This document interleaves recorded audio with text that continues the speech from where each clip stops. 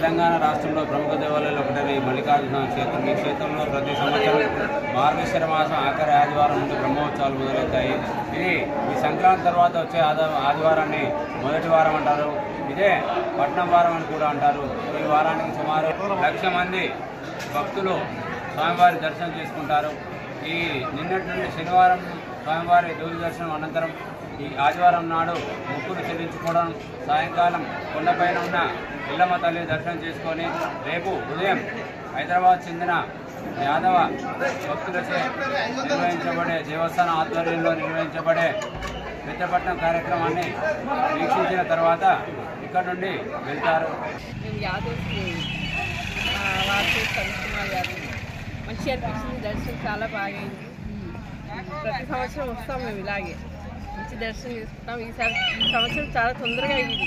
చాలా బాగా. ప్రతి సంవత్సరం అయితే కొంచెం లేట్గా అయ్యింది. ఈ సంవత్సరం చాలా మంచిగా అనిపిస్తుంది.